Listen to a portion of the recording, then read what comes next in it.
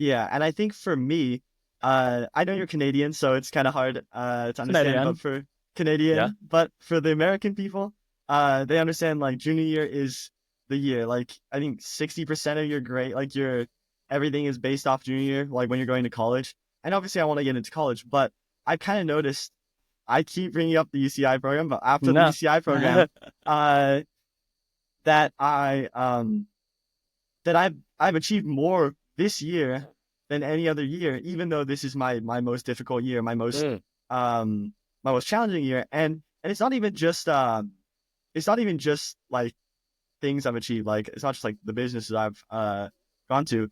It's more like I've achieved more respect for myself than I ever will. I've achieved more friends than I've the more great friends. I've learned so many more skills than I've ever learned in the hardest year of my life. And it kind of shows that like no matter what's happening, like you if you push yourself hard enough, you can get somewhere even if it's like the lowest of lows or the highest of highs.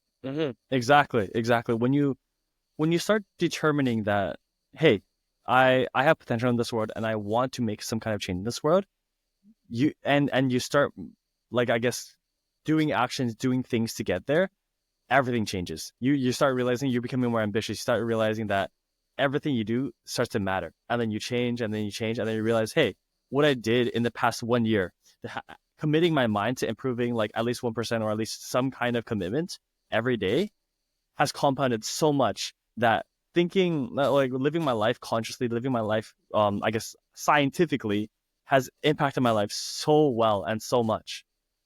All right. One thing that you mentioned to me, you mentioned to me your favorite quote by Ralph Waldo Emerson is, "Do not go where the path may lead. Go instead where there is no path and leave a trail." Explain it to me. I love this quote, by the way, but explain to me how you interpret it.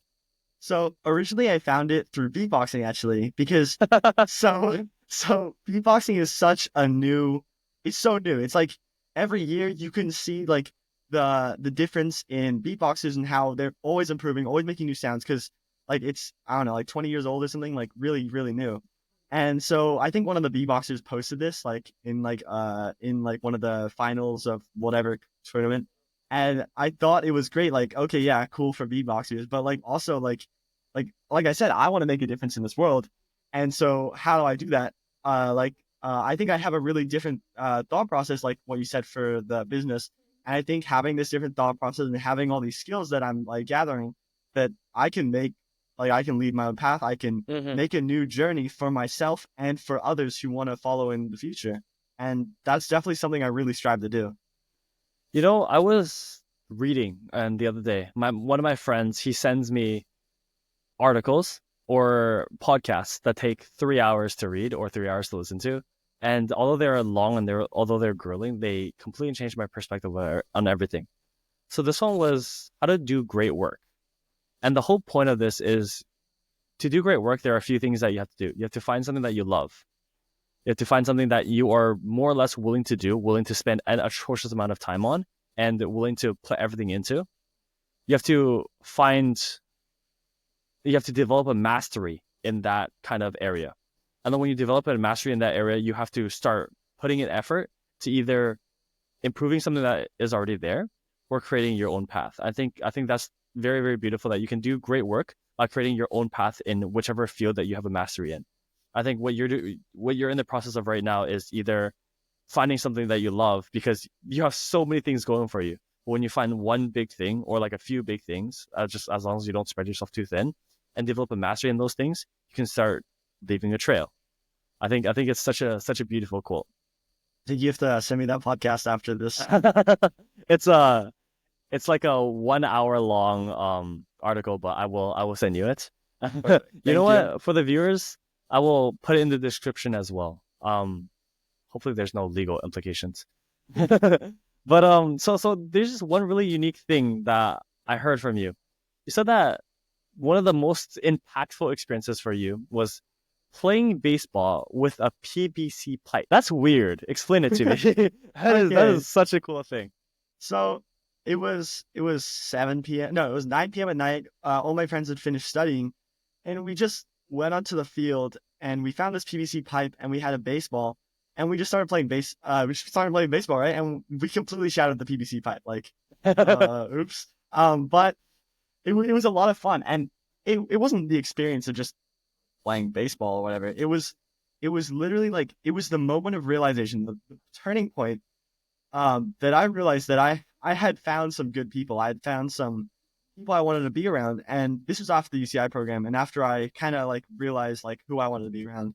And so I think this is a really special moment for me because it was a struggle that I'd been really having trying to find these people that I really like. And once this moment hit, once I like felt happier than I had felt around any friends I've had before, that I realized like this is where I am, this is where I'm supposed to be.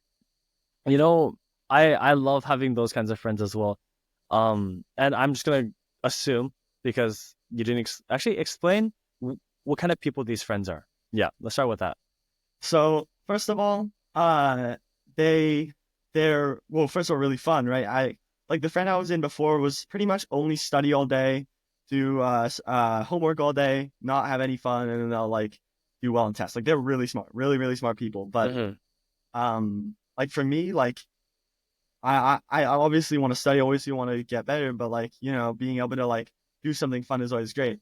And a few select people in this group really pushed me, really like I took inspiration from like what you said, like finding people around you to push yourself, and they've helped me. We've stayed up super late, coming up with ideas, not even just studying, like we just like growing as people up till really late. And I think all these people just like being surrounded by have been great.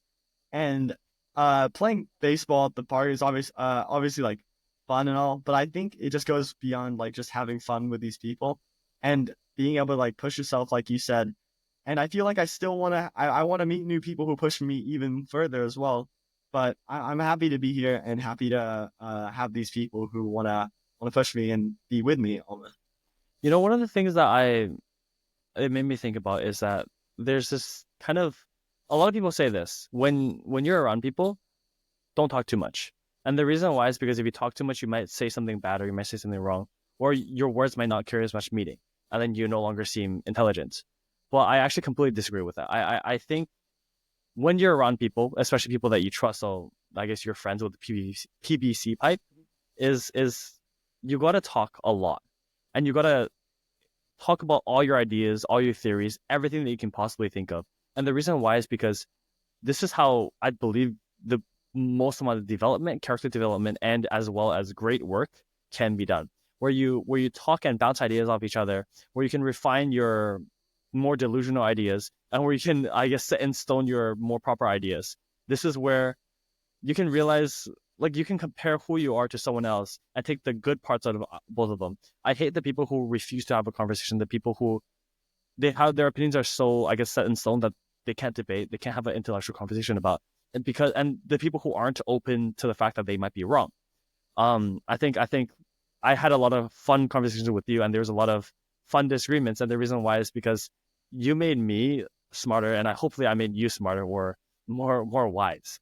This is Yeah, something that I I want did. everyone to be able to do. Is it doesn't matter what your opinion is, it doesn't matter what your stance is on everything, as long as you're open to changing your opinion, as long as you're open to having a full-on conversation or debate with someone or whoever you want about every opinion that you have. This is how you become great. This is how you become intellectual, and this is how you define, or I guess develop, all of your ideas.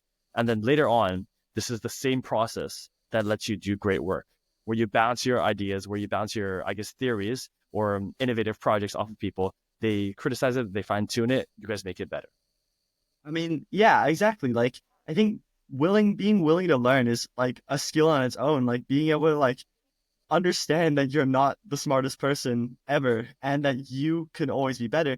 And I think this was kind of easier for me because I was a people pleaser, so I wouldn't like I would kind of be pessimistic towards myself, like, oh, I'm never gonna be good enough and whatever. And like I like obviously now I know that I can be good, I can be great, but having this mindset of like, oh, I can always learn is really really important because there's so many great people around you, and people who just cut off these people because they don't agree with them or that they're better than everyone else is baffling because like how how can you think you're better than everyone else when there's so many great people in this world? And the best part is, to this day, most people still don't know what is like the right opinion about literally every single subject out there. I think I heard this from someone, but it was a very, very wise piece of advice. People who are super, super set in stone on one opinion, never listen to them. It's very important to listen to the person in the middle, who is educated about both sides of any opinion, and who is able to provide you with the proper context, provide you with a proper like lack of bias about every single topic. I think that is like where most people want to be, where I also want to be in every debate. Because when you look at every debate, both sides usually, and this isn't like, it's not always, but usually have some kind of point, have some kind of flaws as well. And it's more so your own personal experiences that impact your stance on every single opinion or every single topic. See you next time.